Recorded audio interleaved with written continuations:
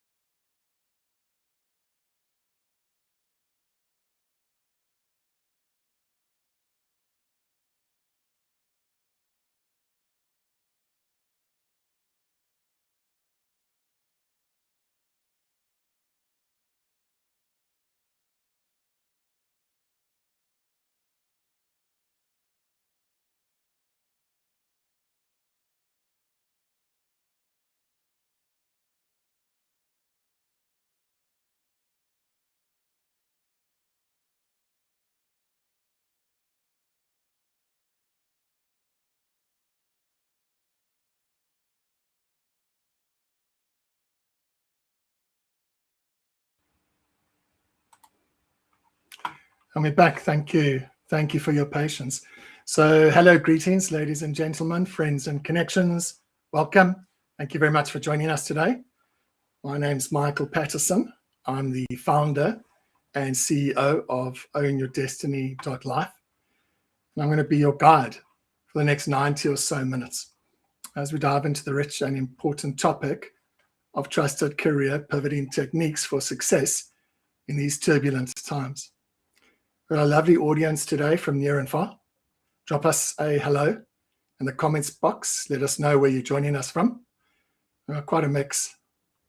Let's see your current location and also any other comments or questions that come up through the event. Pop those into the comments block too, and I'll respond to those once we're done here.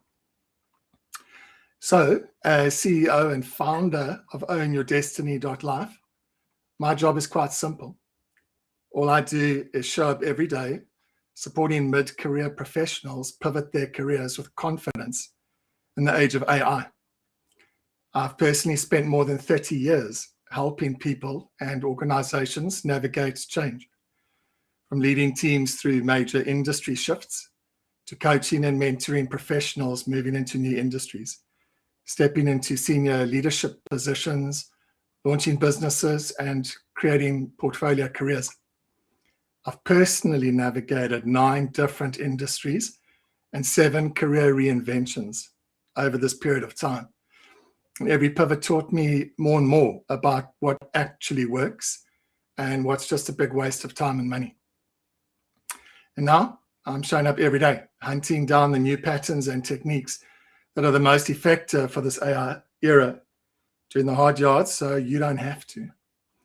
I'm combining updated and best-in-class transition frameworks with trusted techniques that help you distill your natural strengths, make visible your career preferences and priorities, and re-script your past career successes for focused impact in the new world of work. Our intention here today is to help you stop applying outdated careering strategies as your go-to job hunting, career pivoting process. Old processes that were never built to handle the complexities of the new AI augmented world of work. It's possible that today you'll make what is arguably the most important career decision for you all year long.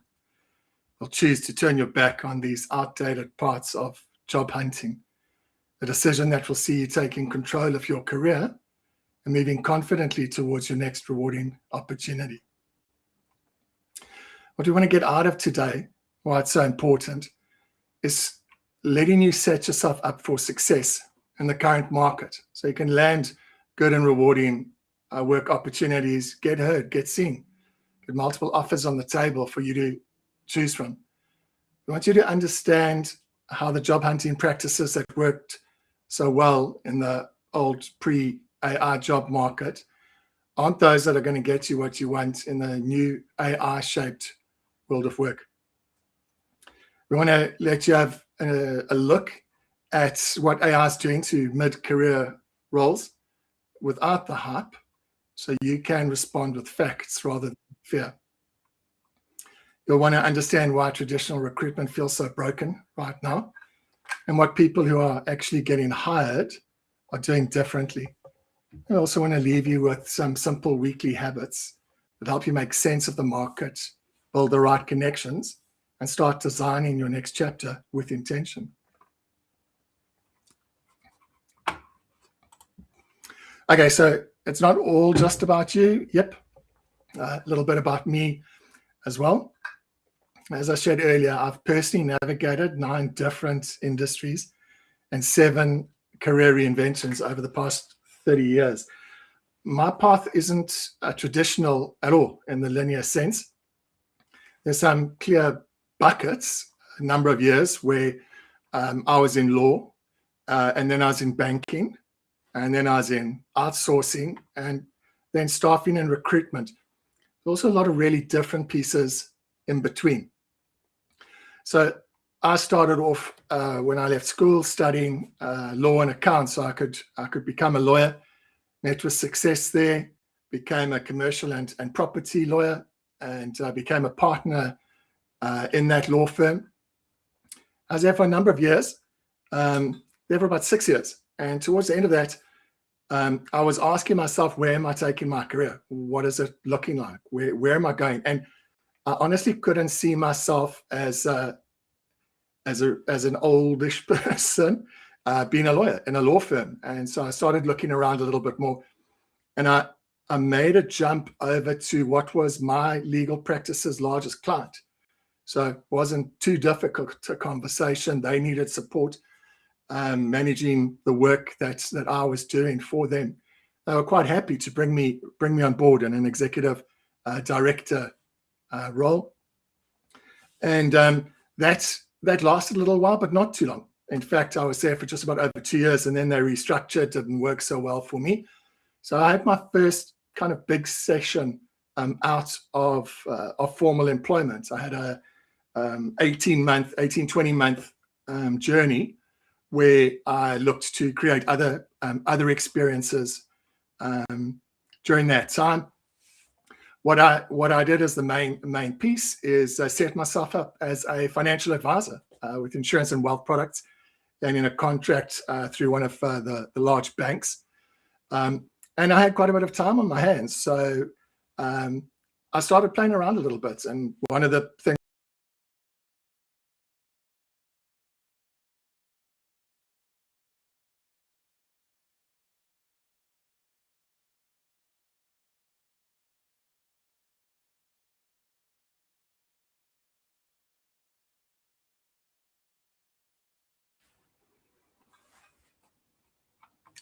So I was saying the first break, about 20 odd months or so, getting into some financial advisory work. But also during that period of time, I was playing around. I became a manager of a rock band, an up and coming rock band. Seemed very interesting.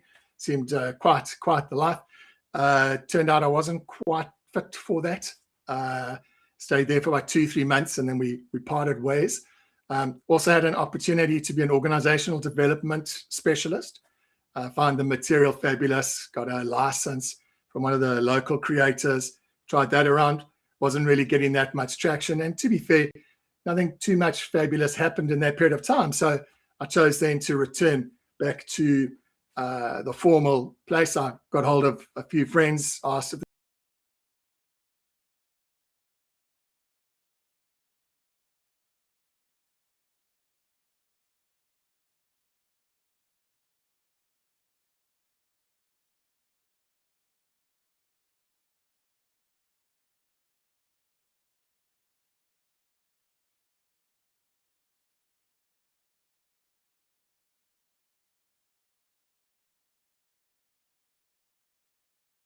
So I took up the position as legal manager, and I stayed there. And after a while, I didn't want to be a lawyer there anymore, but I was close to the people doing credit at the investment bank, and they said, "Grace, a pleasure, come across and do that." So suddenly I was a credit manager, and after a while, I wanted to evaluate credit risk, became an evaluation manager. After a while, became deputy head of the area, and it was going well. And then I decided I didn't want to do credit anymore. Just other interesting pieces. And so I used that position to move into loan syndication and sales, selling off debt from the bank. I was the head of loan syndication and sales for Africa. And everything was great, except 2008, 2009, the whole financial crisis just crumbled, markets disappeared. And that was the end of that. And so my next year and a half or so of working for myself came about. And that saw me becoming a financial director of an IT hardware startup. Why not? Tell the story, get in there, start learning. My theory was you only needed to know 10% more than the others, and it could pull it off. Stint as a yoga teacher, that was an interesting one. And career transition training, the piece that I'm delivering now, first set it up 15 years ago, and it was quite interesting. I dug this up out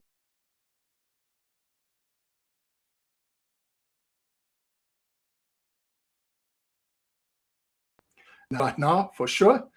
That was quite grand. But I also woke up too late in that passage, and I didn't have enough runway to keep on doing that, getting traction, but not enough as the breadwinner, not enough runway to ride myself out and to deepen that.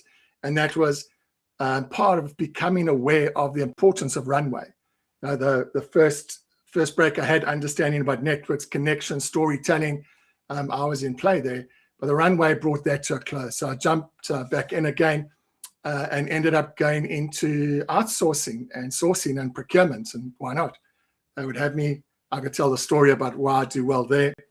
And then moving into, as I say, moving into the procurement, and moving from that, I felt I wanted to get out of that. One of the suppliers was in fact a recruitment and staffing supplier. They were the market leading recruitment and staffing suppliers in Africa.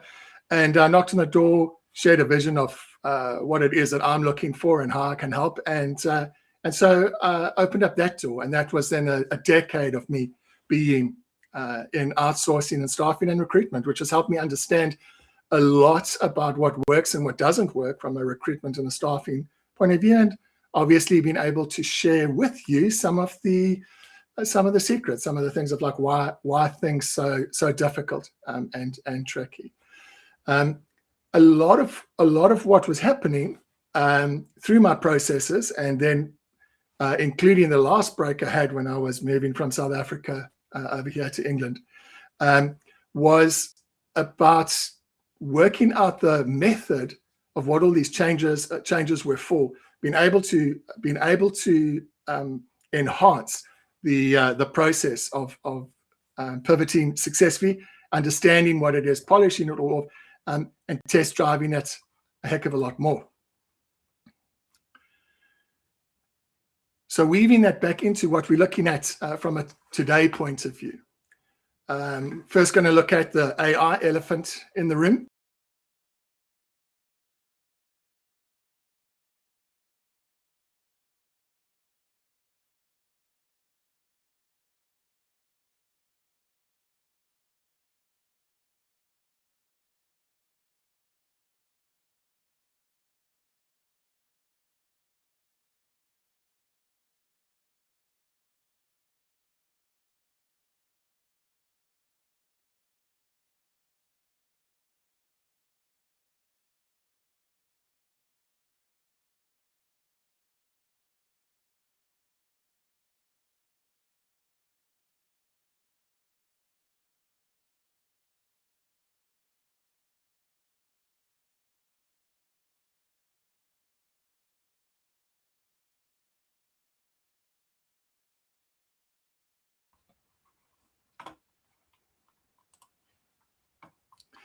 We're going to move off the AI elephant, and we're going to then look at the fractured recruitment system.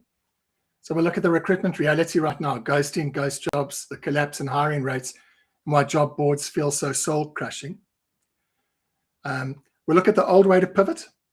As a mid-career professional active in the job market, you're facing a fundamental shift in how you need to manage careers and job searches.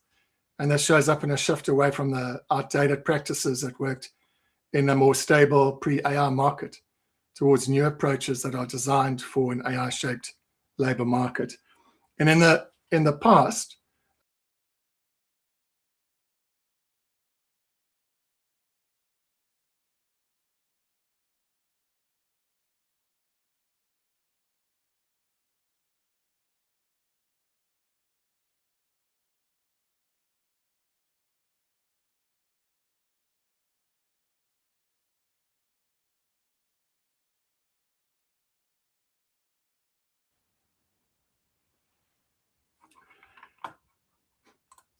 a solid CV, a degree or two, patiently climbing the corporate ladder were often enough to ensure a steady career. When a change made sense, you would take from the past job and you would extrapolate that forward, look for opportunities that made sense and aligned with that. Use your competence in the old job as the justification for this similar one. And that traditional mindset, it assumed a linear path. One build, you rely on job titles and employers for identity, and you reap the rewards of your good work by being rewarded with stability and progression in that line. But with rapid technological disruption, especially artificial intelligence and automating tasks and even whole roles, old assumptions no longer hold true. and a significantly enhanced process is now needed for success. And unfortunately, most of us mid-career professionals have never been taught these agile careering skills and find ourselves feeling stuck, anxious, or even blindsided by changes in the job market. But a reinvention has never been required. It's always just been more of the same. So we'll have a look at the new way. We'll come to see today that careers in this AI era aren't linear and they require continuous reinvention. So we can't cling to old habits. Emphasis now being becoming an agile career architect. This is a person who's taking active, always on ownership of their career path.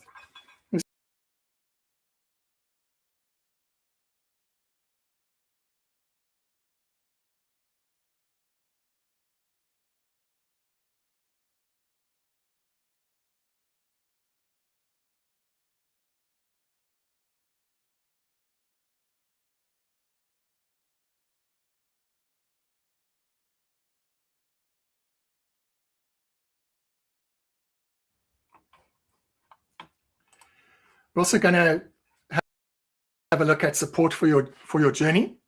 We're going to explore some practical support you can implement immediately to enrich your careering in the age of AI, and touch on other formal support we provide to those wanting their pivoting capabilities through immersive learning experiences.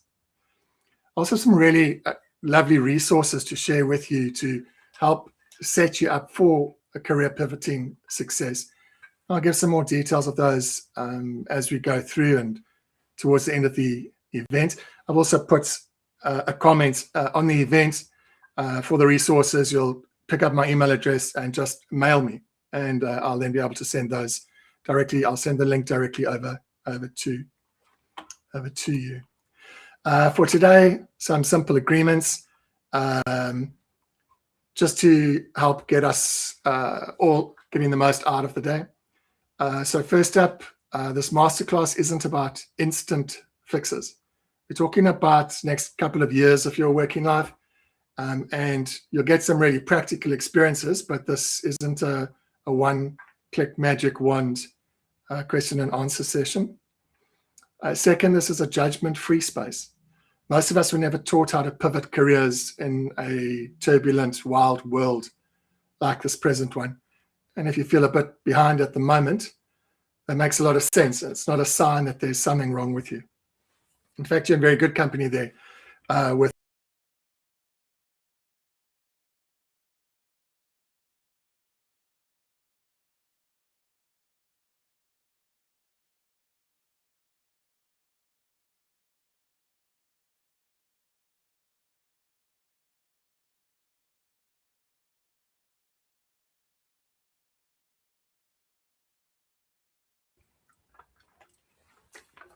thanks and apologies. I'm not certain what the local provider is doing here. So third piece as we go along, I'll ask some simple reflection questions of you, and you won't need to share your answers, but it's a good place to jot down a few notes because those thoughts help inform weekly meetings that we'll touch on a little bit later. And that sounds good. Take a deep breath, settle in, and let's begin. To start our journey today, we need to look straight at the biggest force shaping our careers in our lifetime.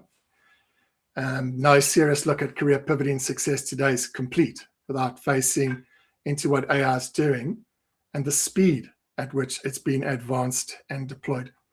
Almost no part of the working world as we know it is going to be left untouched by this wave that we are all now part of.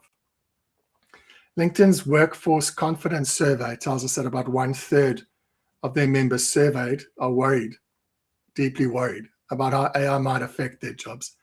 So if you felt that knot in your stomach, you're again in good company. The reality is, whether you're optimistic or you're skeptical about AI, it's clear that the technology is reshaping how we think about work, from the skills that matter to how performance is measured. And so as we journey through today's chat, we'll be okay acknowledging that we've entered a new era of work, an AI era where traditional career planning and career pivoting processes need significant reinvention and revision themselves to evolve into interventions that will support us in this new world. And as we come to grips with all of this change, we also have to acknowledge that what's been impacted, but more importantly, more critically, it's the working identity that these skills and capabilities have given us. The way we measure our value, the way we introduce ourselves at conferences and social events. I'm the executive here, I'm a manager there, I'm a leader there, I'm in this industry, I'm a fabulous contributor to the industry. This is how it works. The process that we generally make sense of who we are in the working world. And you'll see today that any piece that's aimed at building our ability to pivot successfully also just needs to touch on that working identity piece as well, because it's so wired into the process. Part of what makes it so tricky. When we want to understand how AI is rolling out, we want to have a look at what the big players are seeing. So as artificial intelligence has been rolling out, come to understand generative AI, rapid rise of the large language models. Now moving on to agentic AI, and it's reshaping every aspect of the global economy. To get a sense of that scale, we can have a look at what some of the leading organizations are telling us. First up is McKinsey. McKinsey estimates that between 400 and 800 million people may need to change occupations within the next 5 years. So that's roughly 30 to 60% of us working people around the globe. Goldman Sachs, another heavyweight, projects that around 300 million jobs in the US and Europe could be automated. Doing the maths, that's about 70% of all the roles, all the working peeps in the US and Europe. Deloitte also pops up, and they say that smart data-driven machines may replace up to 90% of known jobs by 2030. A lot of us will follow the World Economic Forum and see their numbers as well. And the thing isn't about having an argument fest about what the numbers are, but it's about understanding the direction of travel and the time scale. This isn't a slow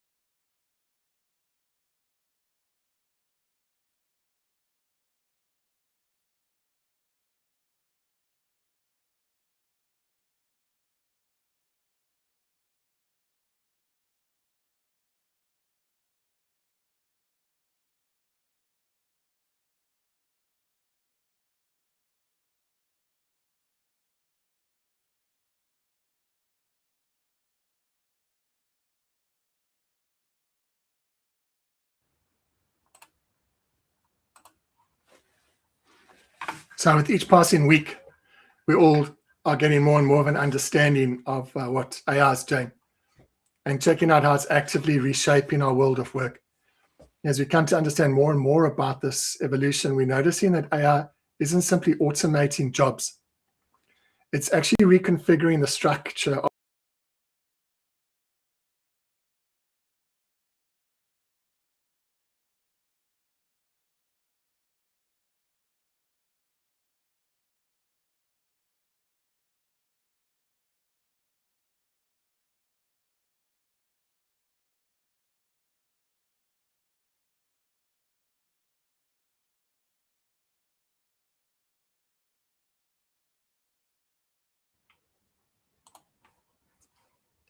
So when people are talking about AI in terms of jobs that will be lost or jobs that will be gained, that wording by itself isn't really helpful for us when we're trying to understand AI's potential impact.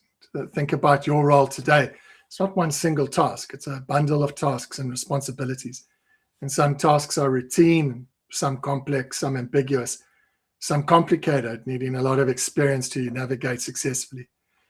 And it turns out that AI is very good at biting off specific tasks in that bundle, especially anything that's routine, repeatable, or rules-based. So instead of playing around with this job disappears, that job's created, a more useful piece for us is being aware that large chunks of many jobs are being automated, and many of the remaining pieces are being redistributed. They've been glued together and handed over to other people, to people who are the best placed to absorb that new role, the people who are best prepared to take it on, the people who are best reskilled, the people who are best upskilled. In a way, it's kind of like a game of high-stakes musical chairs, where you constantly wonder what will happen when the music stops. Wanting to know, will you still have a chair that fits you, fits your family needs, fits your future? Will you even have a chair? Let's check in with yourself for a moment.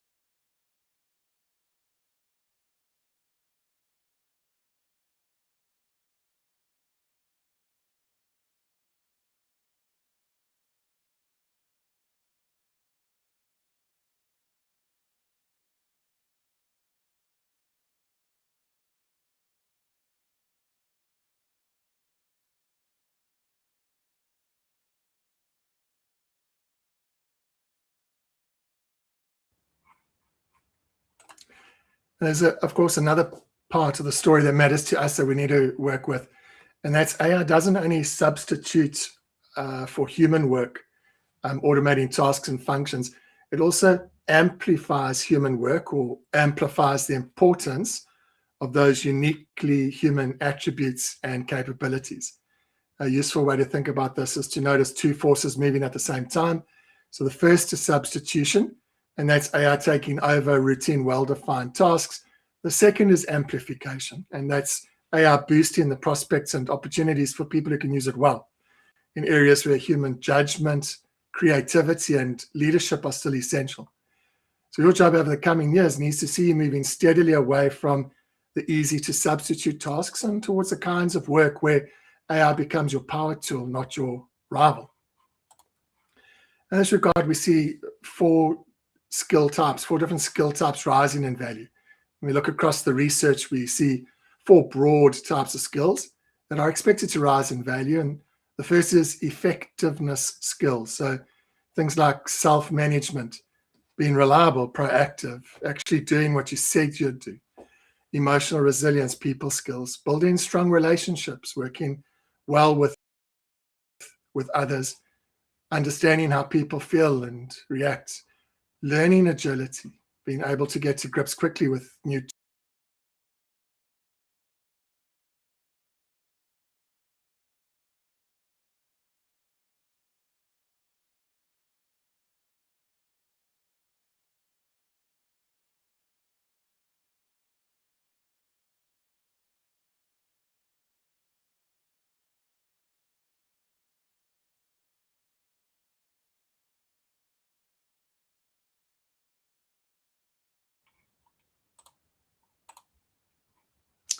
My second category, leadership and strategy skills. So for example, entrepreneurship, spotting ideas for new projects, pulling people and resources together, handling risk thoughtfully. Management, whether that's people, product, or project, dealing with long horizon, messy tasks. Strategy and decision making, setting direction, choosing priorities, making high stakes calls.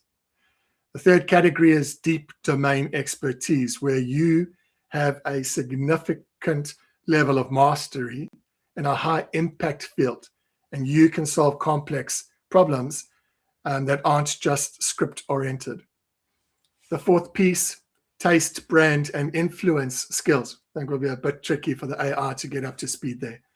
And this category is where your human discernment, your sense of what fits, and your ability to move people becomes the new power pack.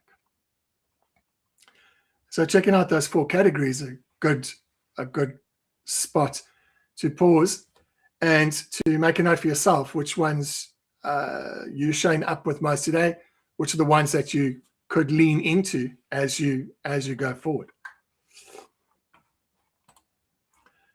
Understanding the impact of AI again asks us to see where the pressure is coming through the most, where the squeeze is the strongest.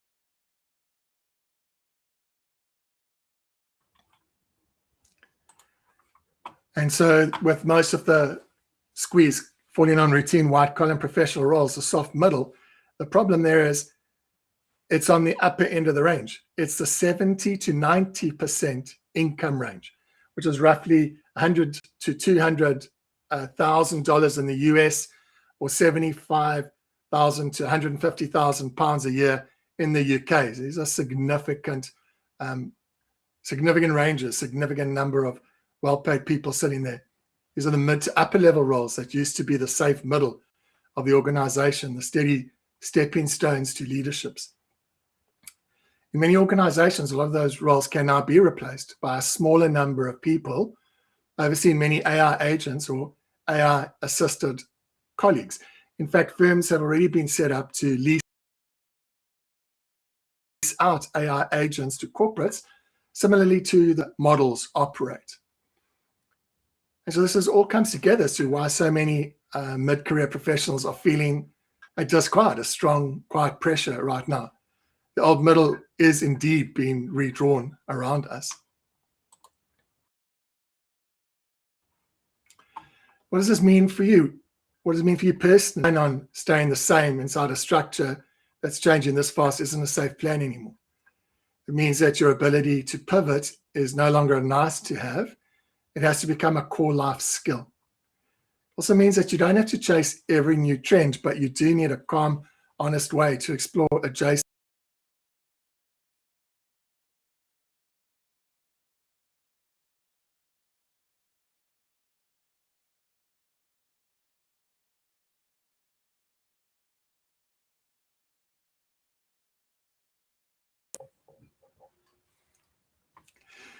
Starting now, you need to be setting up 2 30-minute sessions a week. The first one, serving to put AI to work on something that will add immediately value for you.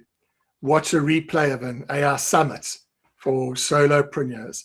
Find and follow 5 people smashing AI out of the park as influencers and trend spotters.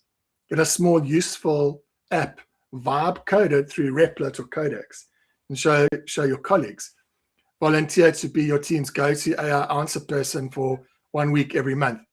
You'll obviously get your answers from your own personal LLM tool, Google's Gemini, even as a normal Google search. Consider creating and posting online a 60-second reel that you made using an AI editor. Set up a weekly reminder in your LLM tool that you use to get 5 AI developments that are rocking the world. Include moonshots, medical discoveries, and how these may impact your world of work, both positively and negatively, and. Through all of this, you're not trying to become a prompt engineer, but you are learning what AI really does to your role, so your fears and ideas get a lot more grounded in real experience as opposed to alarmist headlines. The second session, and in fact a third session of your weekly homework, will come a little bit later.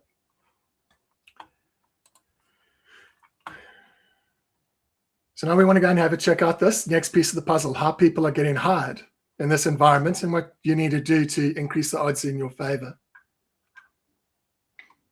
If you're looking for a new role right now, you've definitely seen at least one of these. You apply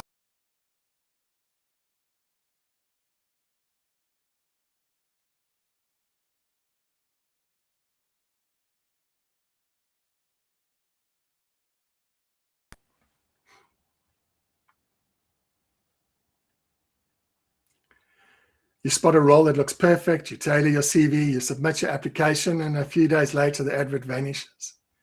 You run into ghost jobs that seem to always be open, but never actually hire anyone. The internet's full of stories like this, 4 out of 5 candidates, as we see, report feeling more anxious about the job market. These experiences feel very personal, so it's easy to think there's something wrong with you. If that's happened to you, just be aware there's nothing wrong with you. You're just being caught up in somebody else's process. There's a sign of a system that's under strain, not some flaw in you.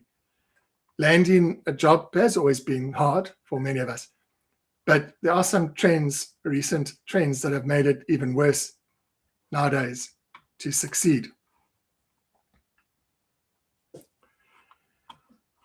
The contraction in hiring is clear to see in these numbers. And this is the job board Indeed's graph showing hiring percentages over the past few years. That darker blue line there is the 3-month average data, so it's a bit smoother than that light blue dotted line of monthly data. And what you're looking at there is a reduction of more than 20% over the past 3 years. And having a look at LinkedIn's September 25 State of the Labour Market report for workers in high AI exposure occupations in advanced economies. LinkedIn shares with us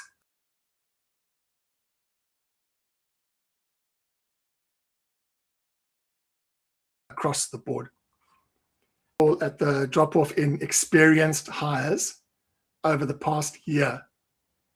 And go look for Australia, the UK, and the US. You can see a 12 to 13% drop off there just in 1 year. It gets worse though when we look back to 2019, before COVID, where relative to where we are now, we see a drop of 34% to 39% over the past 6 years. It's not tremendously better when we look at all the hires over the past 6 years, not just the AI high risk ones.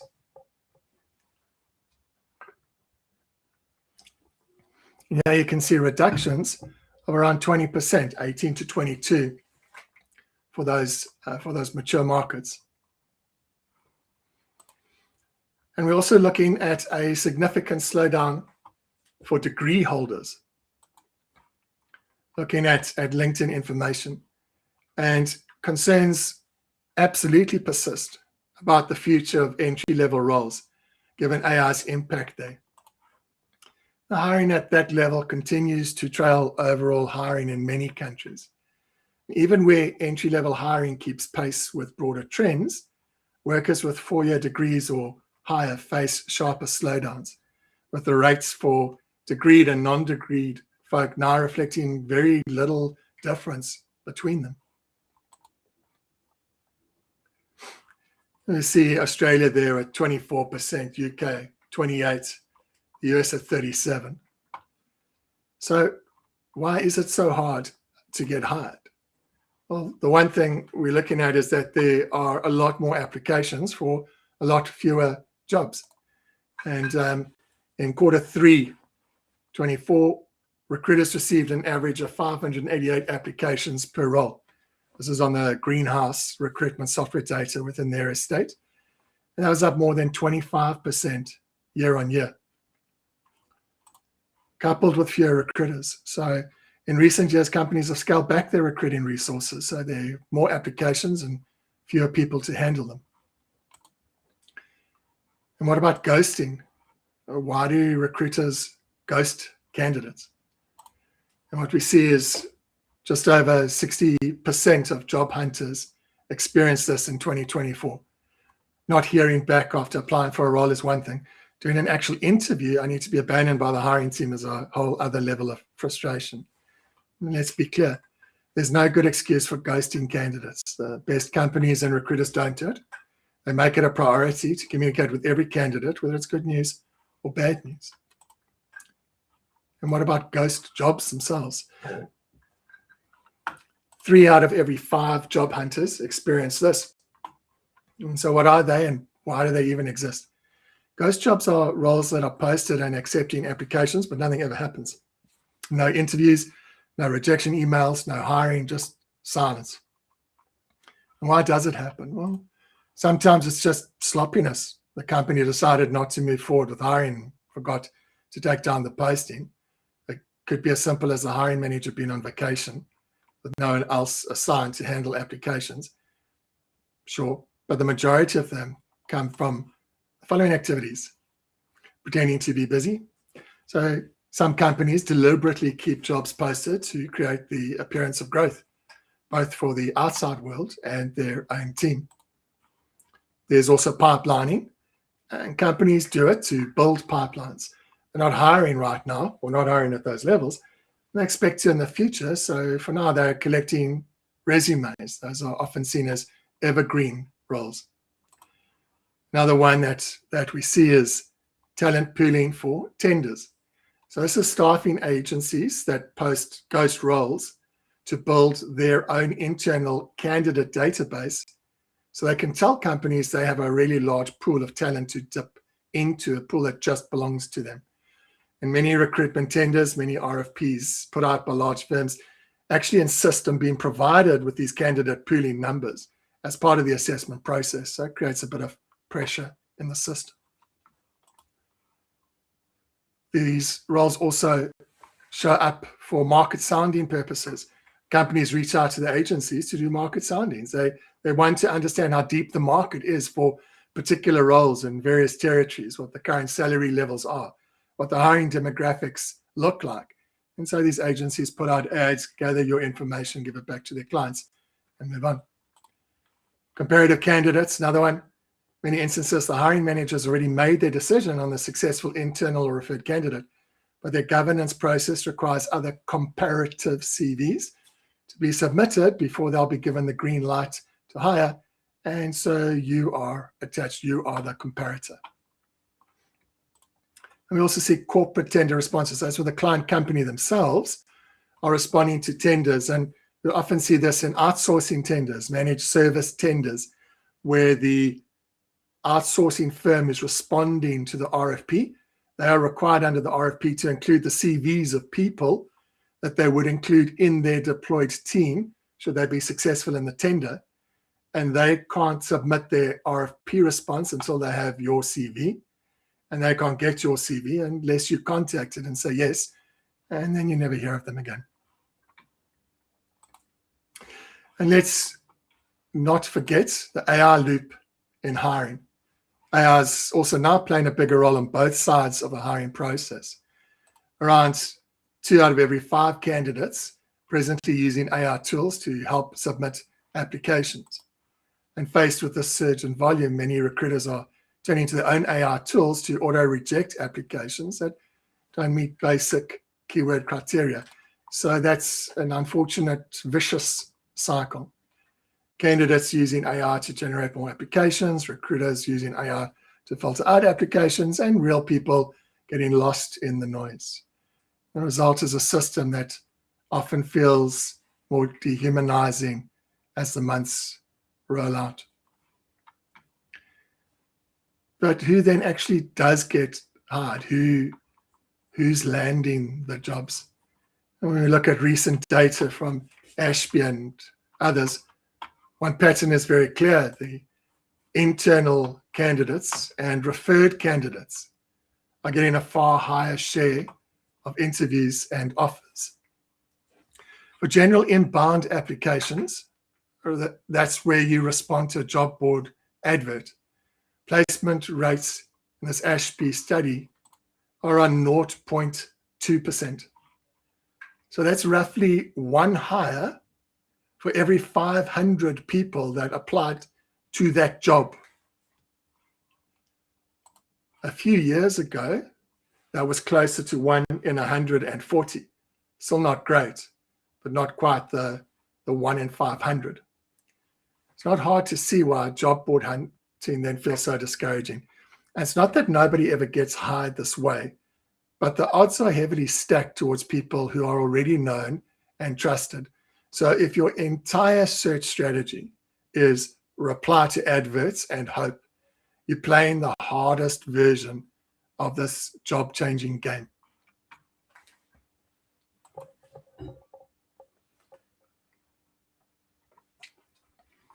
So a difficult but possibly liberating truth. In many mainstream recruitment processes, you are not the customer, you are the product. The actual customers are the hiring managers and the companies paying the fees. When you understand that, some things start making a lot more sense to you. Why no one calls you back, why you get generic rejection emails, why ghost jobs exist. Once you see that clearly, you can stop waiting for a system built for somebody else to suddenly take special care of you. Instead, you need to seek out far smarter ways to get hired. You need to get closer to where decisions are actually made instead of just waiting to be picked. The structure of the game has changed, and you can't win by polishing old moves. So what can you do to help yourself here? Well, we've already said set up a first 30-minute weekly AI working session. Here's your second, and I think your third follows shortly as well. Let's have a look-see. Setting up the second. The second one is for labor market sensing. So what's the aim here? The aim is to see what new roles suiting you are taking root in the market. So you're using this 30-minute weekly session to look at the outside world, pick 3 AI-enabled or AI-augmented job ads that look even slightly interesting and scan them for recurring skills and tools.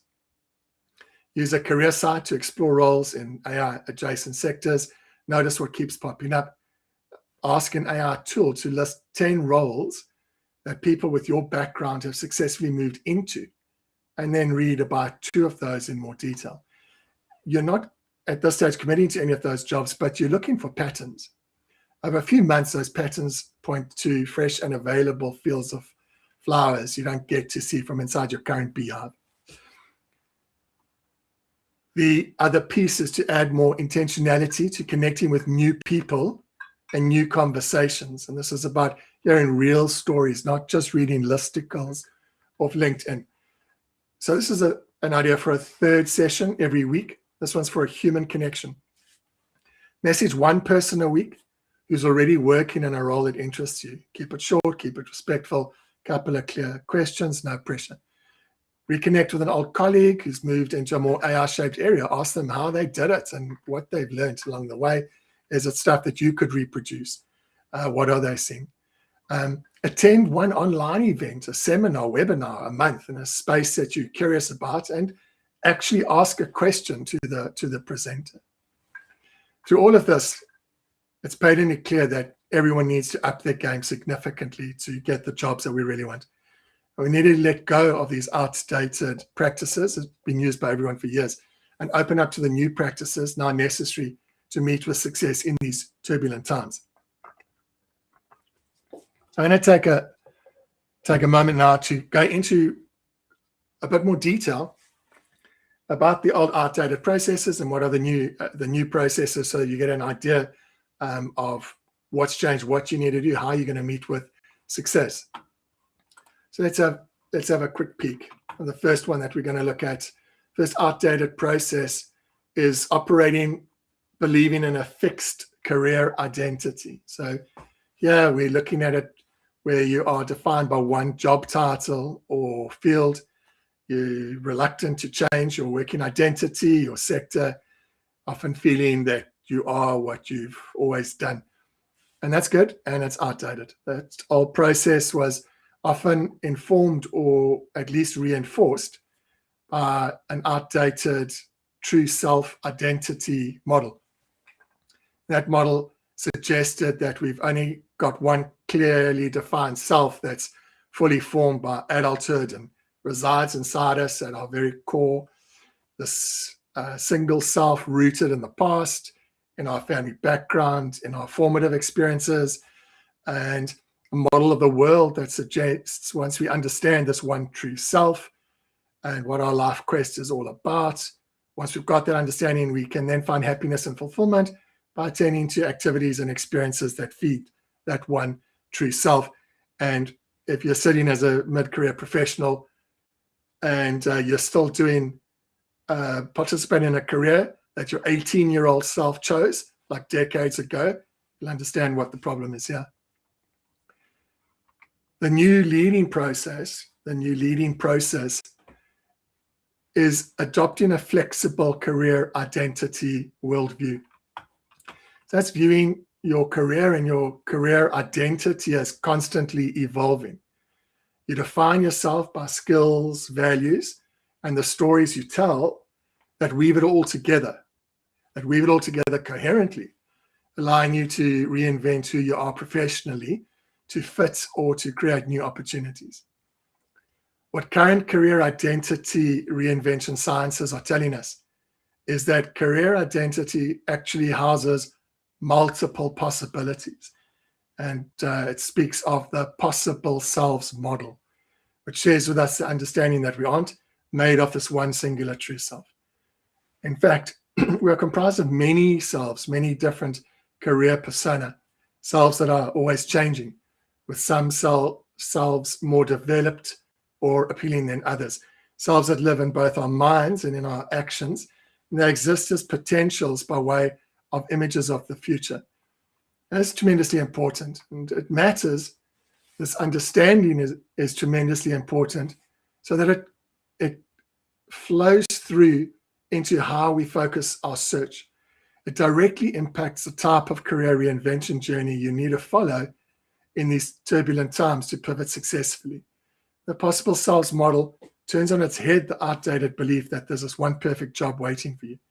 And once you grok the fact that there's no single perfect job to match with this single perfect self, you can then get the noise out the way and go and uncover different career possibilities, most often through intentional experimentation. And you'll set up experiments. Some are exploratory, some will be confirmatory. Exploratory experiments, you don't have any expectations as to the outcome the experiment will produce for you. Will it work? Will you enjoy it? Can you get there? What's the work like? You don't know. Run the experiment. And confirmatory, where your experiments are set up to confirm what you're starting to understand about the various career options available to you right now. I worked out I didn't want to be a financial advisor. I didn't want to be a rock star band manager. I didn't want to be this organizational design person. I did it. I jumped in, I understood what it was, and it wasn't for me. But that's the experimentation part. The process and insights that generates are those that can only come to you through choice and action. You can't think your way into, will it be good for me? Will I be good at it? Will I enjoy it? What's it going to look like? What is good? What is great look like in that environment? So coming to appreciate this possible self-truth frees you up to act, to explore, to connect, to upskill. It's about growing, stretching from career identities you've already built in the past, and those now serve as springboards for you for future identity possibilities.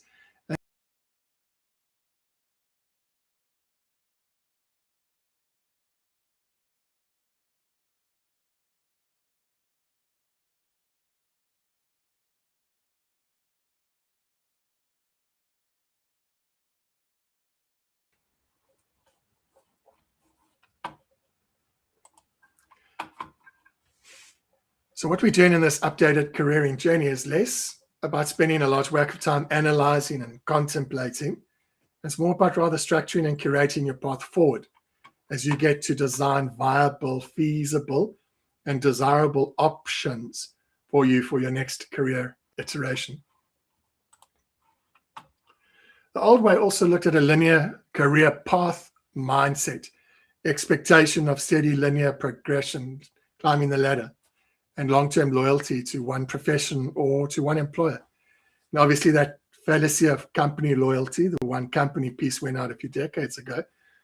But now you also need to be losing that belief about staying in that one profession. You've got to watch your rigid loyalty to the actual profession at times where AI is coming through and chiseling as much as it can of all of those professions, from the doctors, the lawyers, the marketers, the engineers, swathes and swathes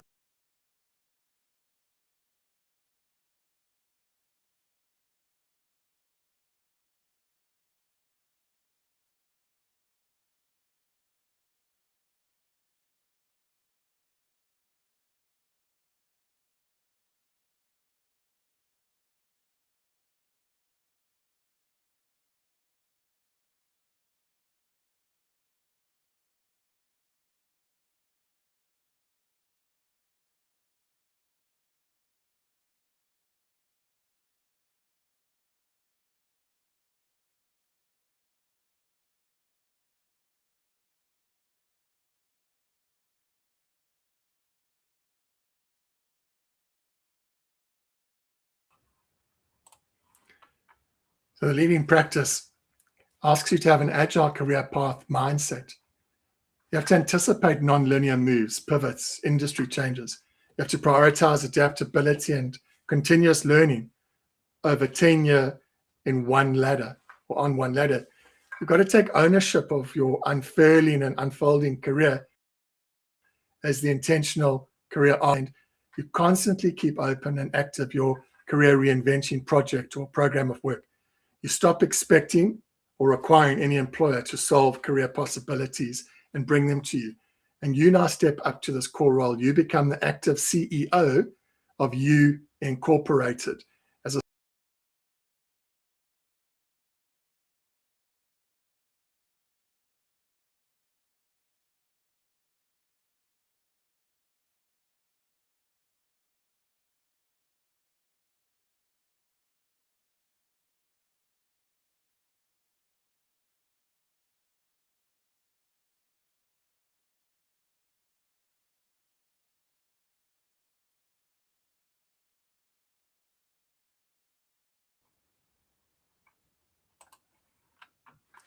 The credential first process had an emphasis on degrees, formal titles, years of experience, and it assumed that those credentials guaranteed opportunities. Also linked to this previous single track career piece where inputs and previous job titles, job descriptions, exposures, experiences are no longer sufficient to open up your next move. So it's moved into a skills first world, and that's an emphasis on skills you can demonstrate, results that you've achieved, potentials, recognizes that many employers now prioritize relevant abilities over degrees. More than that, it's clearly articulated and quantified achievements that are in your CV concerning matters of significance for the hiring firm. You have to demonstrate the actual value you'll bring from the get-go. You have to be clear about the hiring firm's pain points, what's worked before, what hasn't. You need to share how you'll deal with all of that successfully if you're able to join.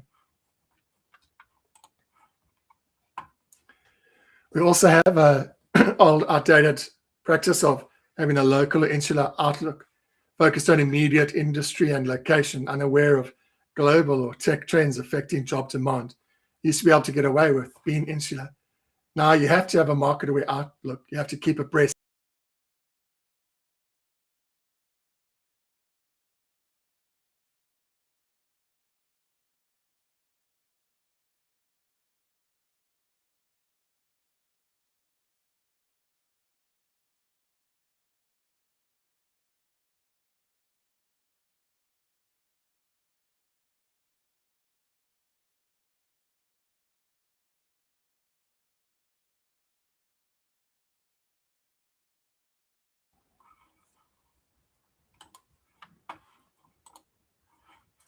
The old way looked at a reactive job search.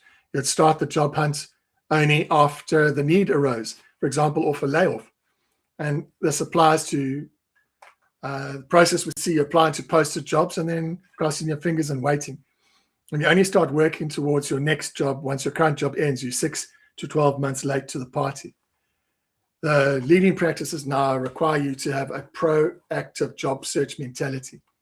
Ongoing gentle search and networking, even while you're fully deeply immersed in your current opportunity. When needed, you have to target companies of interest and actively seek out or even create opportunities yourself. The reality is you can't maintain any form of sophisticated market-aware outlook without keeping tabs on developments in adjacent industries or in rapidly evolving job architectures and content evolutions. And that's tricky to do unless you're connected with members of those worlds. And so a key part of your intentional career architecting approach is to set up, to nurture, and interact with active members of those worlds, to connect with them on LinkedIn, to follow their posts, to comment, to respond, to add value to their journeys as they add value to yours. We also saw in the old practices, people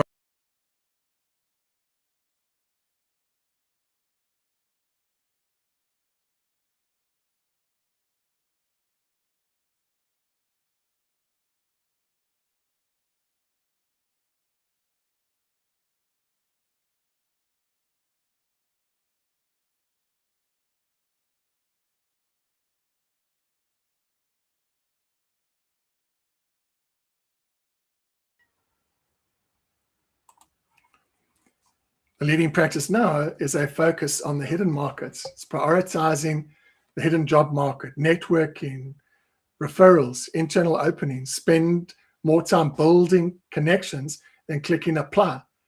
Internal moves and referrals from internal folk constitute anything from 55% to 85% of available jobs. Generic CV and cover letter, the old process, one size fits all. Resume listing duties running through your entire 20 or 30 year worth of history. Template, covering letter, little customization for each role, often text heavy, not key to the job description. We're in the mass customization world. You have to have a tailored CV, personalized outreach strategy for every single position. CV and cover letter have to be tuned with relative keywords and achievements. You have to reach out to hiring managers or contacts with personalized notes rather than just submitting forms. You have to appreciate that the matching task is being done first by the applicant tracking system and then the recruiter. The ATS is there to screen out non-compliant or poorly matched applications, and that does that in seconds. The recruiter is there to screen in long list possibilities using 6 to 10 seconds of their time to scan your CV. And in that time period, you need to have convinced them that you fit.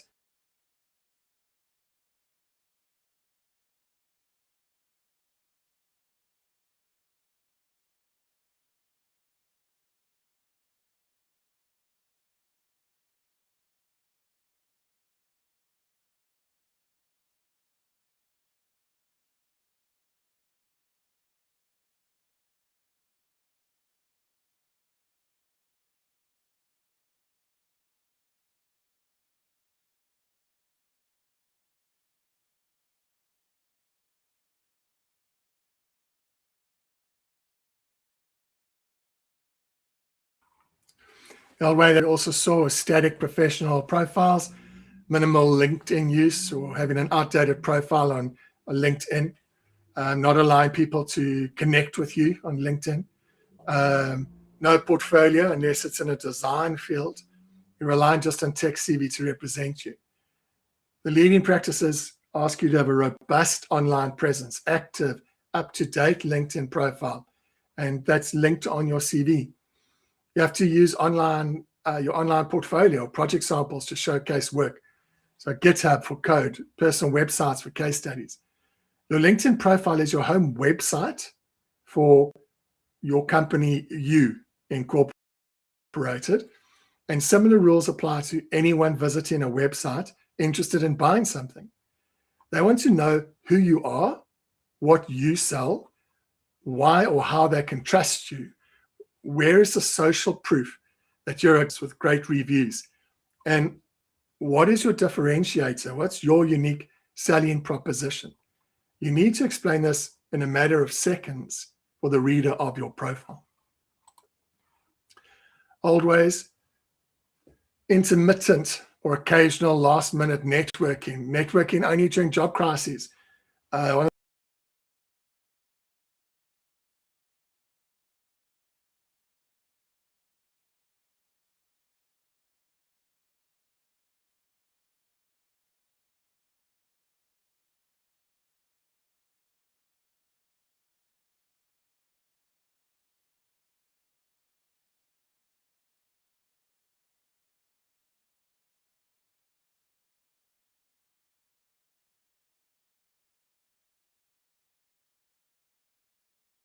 Regularly nurture relationships online and offline. Reach out to give value or congratulate others, not just when you are in need. Leverage networking to get referrals for roles. Knowing referred candidates have far higher success rates. When we involved in reinventing our career identity and stretching into a new or adjacent field relative to where we've come from, we look to the science of career reinvention, and it lets us know that to meet with success, we have to do three things. We have to change the work that we do. We have to change the company that we keep, which includes the industries and communities that we move in. And we also have to change the stories that we tell ourselves and others about what we do in our career. And so in this real career reinvention piece, all three of those layers have to shift. And that's why pivoting can feel so unsettling for many. You're not just changing tasks, you're not just doing activities, you're actually changing how you answer the question, so who are you? What do you do? And as you come to revise the company you keep, who you hang around with, who you connect with, who's your network, you need to also revise the professional network so you can connect with leaders and strong performers in the professional world that you're considering as a future option for yourself. You have to become familiar with the requirements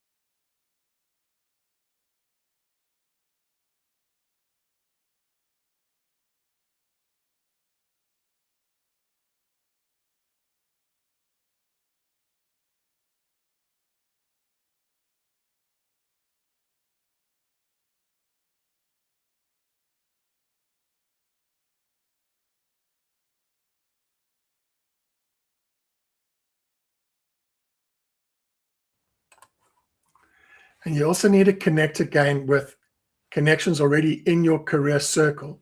The wider, the better, as you'll come to understand the connection support paradox. And it turns out that the most career pivoting help that's provided to us by our connections, it comes from those connections we don't actually know so well, those with whom we only have cursory or fleeting experiences, those we haven't spent too much time with, those on the edge of our social network. And it's those connections that prove to be the most significant in helping you connect this new field of work that you're exploring, and those you need to actively include intentionally in your pivoting work. When I've tried to understand this of like why it works, I noticed that if I reach out to somebody in my close network, there's an implied expectation that they have to vouch for me. Oh, hello, this is Michael. He's my close friend. I know him from there. He wants a job. I'm backing him. But when it's wider, when it's a few rings wider, they don't have to know that. And they'll show up differently. Hey, I know this bloke that I worked with once or twice when I moved into the outsourcing world on the year that I had a break there.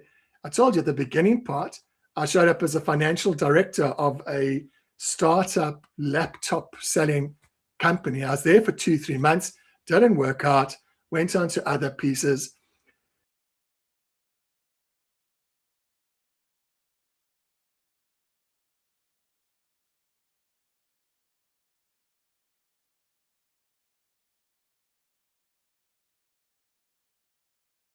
For 3 months. And then Michael's a good person with those skills. Why don't you have a look? Because he had seen a few things. And so that came through. So that network connection thing is tremendously important. An old process was or is assuming that you're going to have a fair chance in applications. You know, you get in there and you've got as good a chance as the next. Your belief that every application will be reviewed by a human on its merits. Obviously, there's a disconnect between those thoughts and ATS filters, sheer volume of competition. So the leading practice asks for strategic application targeting. You have to recognize that without an in, cold application is a long shot, 1 of 500. You obviously have to ensure your applications are ATS friendly and focus on roles where there's a connection or highly tailored fit to improve the odds. This does lead back to saying that this has to be an ongoing piece, because if you're only starting to do this when you are released, you're in a whack of trouble, that you won't have the runway to be able to go and do these pieces. It'll be a hospital case of getting you back in again, just getting the simplest, quickest thing to get some cash on the table. You have to please try and avoid that experience actively. And obviously for those going through it at the moment, it's completely awful. It feeds into acknowledging the hidden job market, the jobs that aren't advertised on job boards or career sites, and those need a different strategy, that human-to-human outreach, one of leading with value, inviting reciprocity in terms of sharing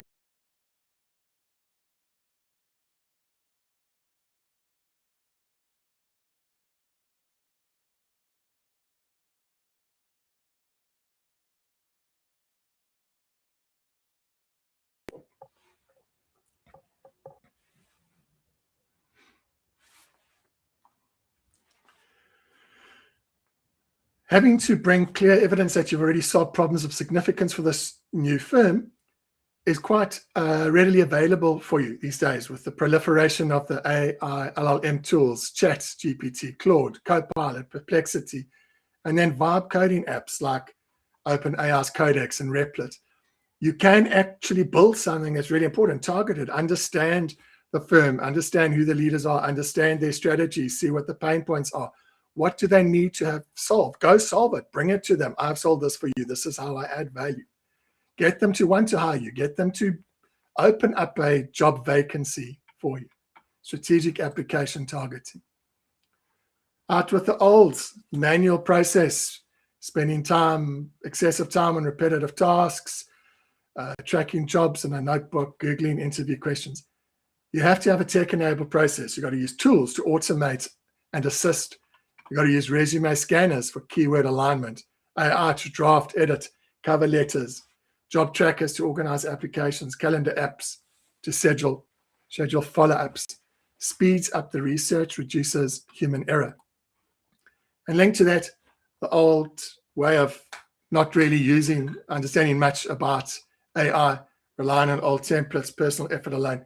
The AI augmented pivoting process for yourself as a candidate, you embrace AI assistants like ChatGPT or specialized career AI tools for writing resumes, improving LinkedIn profiles, practicing interviews, researching companies. Over half of job seekers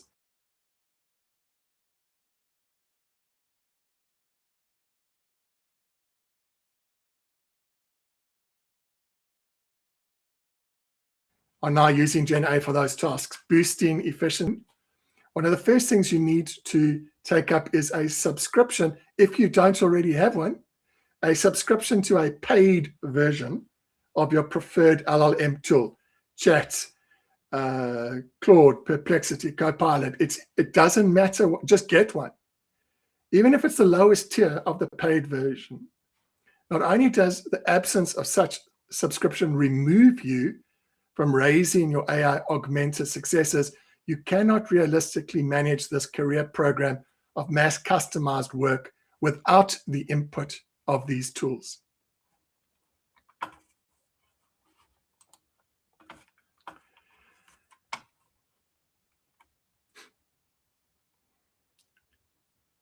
The previous one also extends into minimal acknowledge of how the hiring practices themselves are showing up with AI pieces.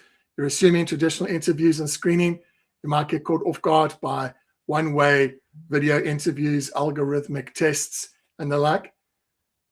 Being AI savvy on those hiring practices is important. Preparing for AI-driven hiring steps, practicing video responses, using clear language for chatbot screening, understanding that nearly all large employers use AI in hiring, and adapt your approach accordingly. A one-and-done mindset. You view pivoting as an event. Oh, I've done it now. Or I'm going to do it. Rather than a practice, landing the next job as the end goal. Inconsistent thought to future-proofing that role or continuing career development until the next crisis. We want you to adopt a career-long learning mindset. View every job as one step in a continuously evolving career. Proactively seeking out trainers, mentors, growth during and between jobs to stay relevant, especially with AI skill demands.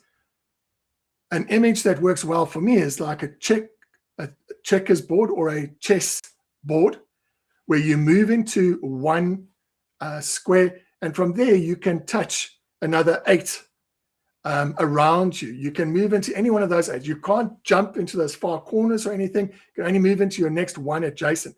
So do that, move into the next one. And from there, you now suddenly have extra opportunities. So when you're doing your thinking, where you want to go to might not be the adjacent spot on your board. It might be 2 away. Then build your process of what's my in-between there, understanding where it goes, understanding what the people look for, understanding what's realistic for me, understanding what my wallet can support and allow for, craft a plan to allow for those 2 steps. Obviously, ignoring AI enhanced roles. is not going to work well for you as a strategy. Leaning intentionally into AI enhanced roles is really, really important. You need to ride the wild animal all the way through to success. This sees you becoming familiar with the various transition paths that you can and must follow to get more and more integrated into the AI world. Even if it does take you 2 or 3 job changes to get there, you're at least in play, owning and driving your specific careering program and your specific AI upskilling program so that you're not left behind. In the old world, using your CV as your storyteller, taking your old CV, updating it with your job descriptions of the jobs you've done since you were in the job market, sending that out in response to job ads. The world's moved on into insightful storytelling. You have to link your past to your future in new, powerful, value-generating ways. Underpinning most successful pivots is the re-scripting or revisiting and revising of the stories we tell other people about ourselves in the world of work. To do this successfully, you have to change the stories you tell yourself about yourself so that you can align authentically with your new narrative, with your new story, and then engage important and influential stakeholders with your new career narratives. The intriguing part of the pivoting process, this vital reinventing of your workplace identity, is that it's actually the storytelling component that plays the most striking and significant role in the entire pivoting process. It seems in some sort of deep, weird, magical way, when we build and communicate powerful, coherent, and persuasive stories about ourselves and our choices, that builds our transition and pivoting bridge brick by brick. And so we have to take that on, and we have to learn the skill, and we have to become the most amazing ambassadors of Me Inc. and be able to tell the stories, be able to weave it, be able to show the continuity, link it to your why you do stuff, what you've learned, how you're moving it around, what is it that you bring, have the ability to show the linkages, the coherence, the method and the madness, but the method.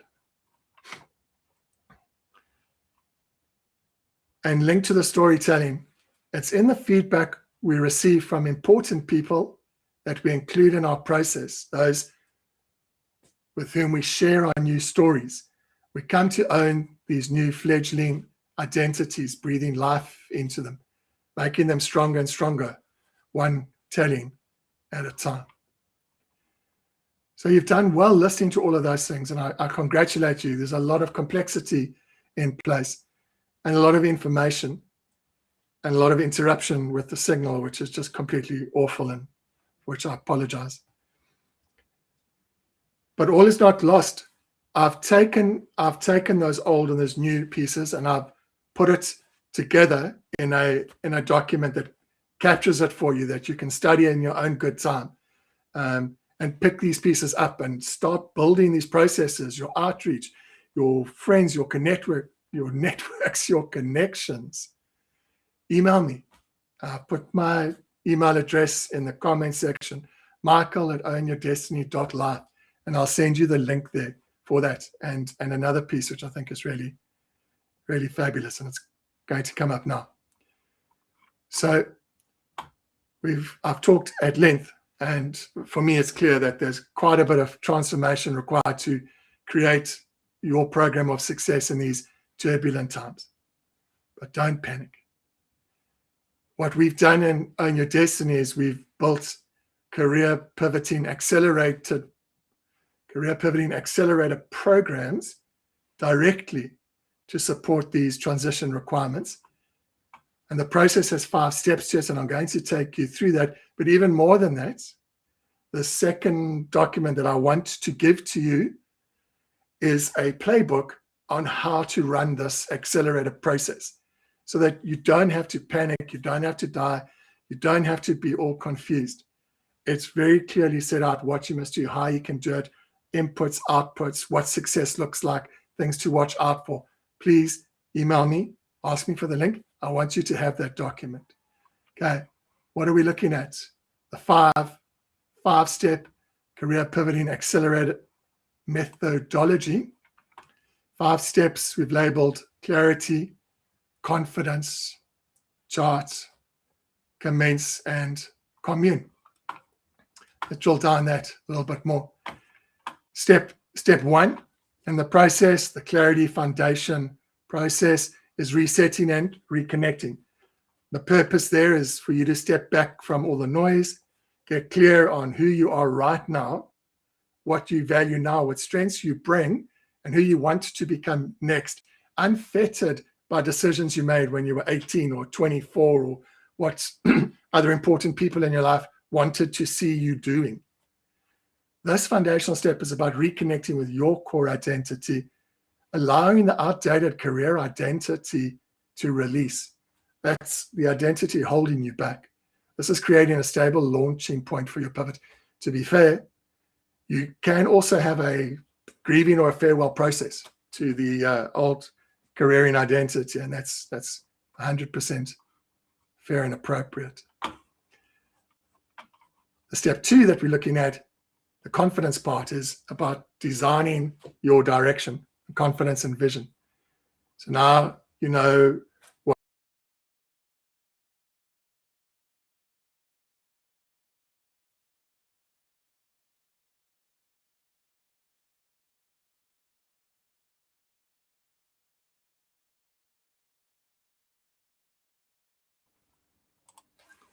The second step, designing your direction, the confidence and vision part.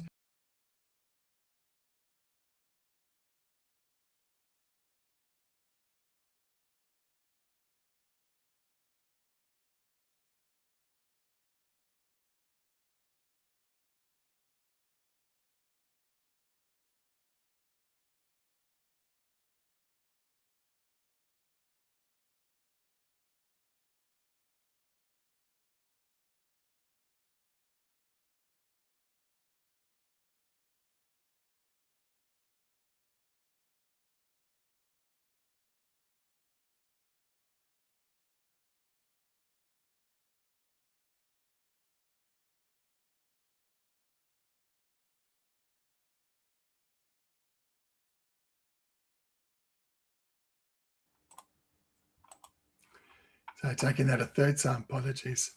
Second step, now that you know what you offer, the steps about turning that insight into concrete directions. You're going to ideate, research possible new roles or fields. Choose one or more to explore by way of experiments and outreach to people in the know. Purpose is to replace uncertainty with a confident vision of your next chapter by exploring options systematically. The third one is about charting your path, building your roadmap. Step 3, charting the course to get there, creating your personal roadmap, your step-by-step plan covering how you're going to transition from where you are now to your target role. That includes new skills or qualifications you need to acquire, how to position yourself, CV, LinkedIn, portfolio, what actions to take to land opportunities, networking, applying, doing projects. Purpose is to break the intimidating goal down into manageable pieces and sequence them logically. This roadmap turns aspiration into concrete tasks and timelines, so you move forward with confidence instead of overwhelm. And going into the fourth piece of commencing, activating your pivot. This is a step where the rubber is hitting the road. This is you implementing your plan in the real world, actively pursuing your new career opportunities. It's about taking action, applying for roles, going on interviews, networking in earnest, starting a side project or hustle, freelancing in a new field to gain experience. Dual purpose here is to gain traction, moving closer to actually landing or creating a new role, and to learn and adapt from the feedback that you get through your actions and activities. Think of this as the launch of a rocket with course corrections. You're now off the launch pad. This step is also where you lean heavily on your support team to keep you accountable and motivated. You're not doing this alone.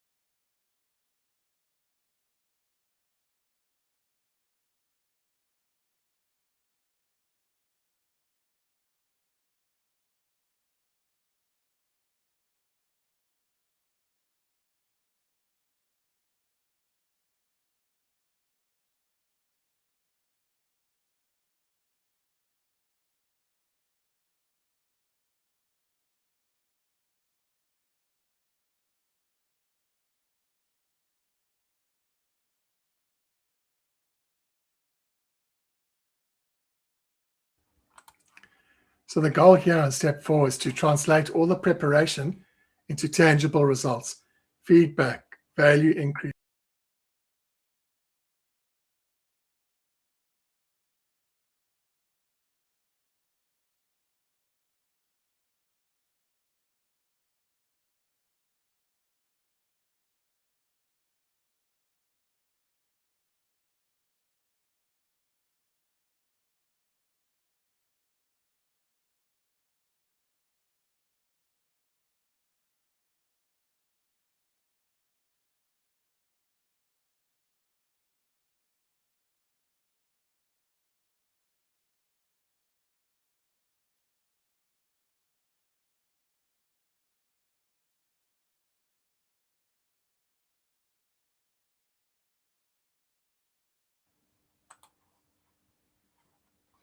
And the fifth one is growing.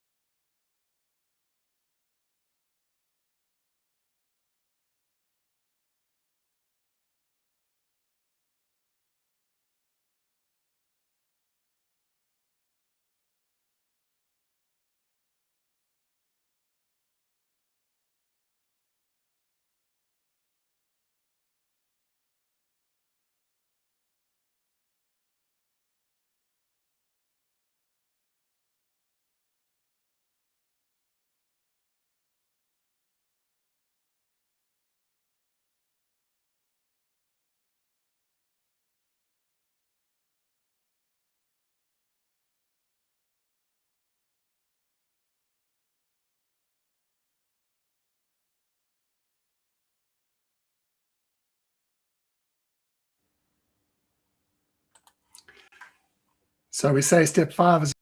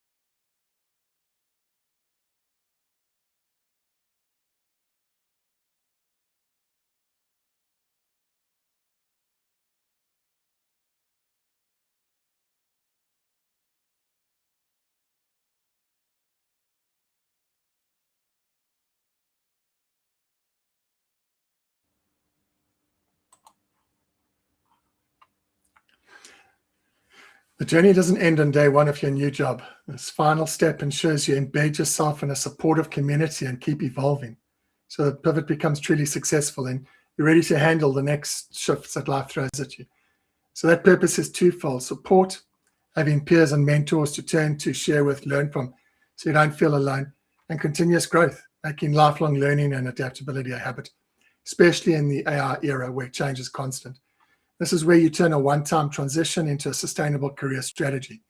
By cultivating your network and your mindset, you not only thrive in your new role, but you'll be poised to pivot again or advance further when needed. And that is what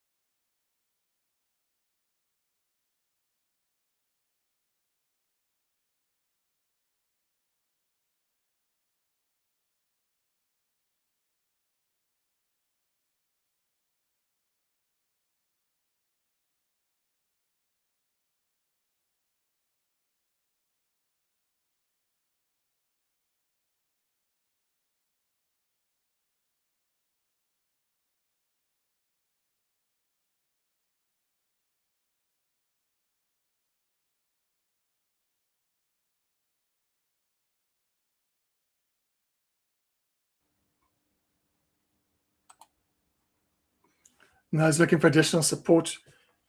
We also offer deep, immersive, programmatic support and self-paced learning programs. Obviously, coaching, pivoting community where we share new resources and insights every month. And our programs we're going to open up for enrollment shortly. So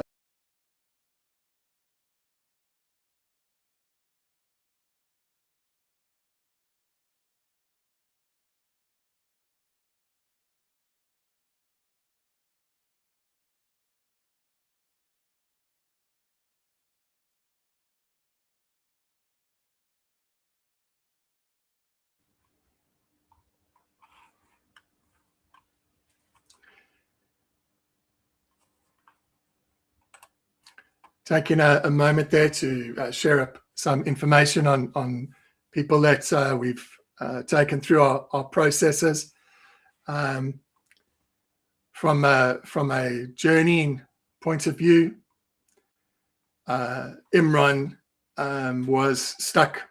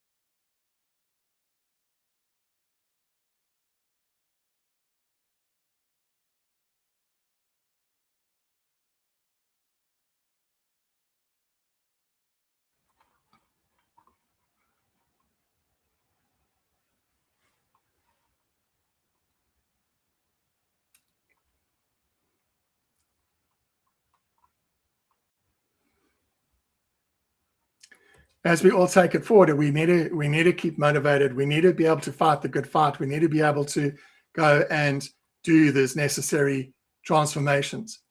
And what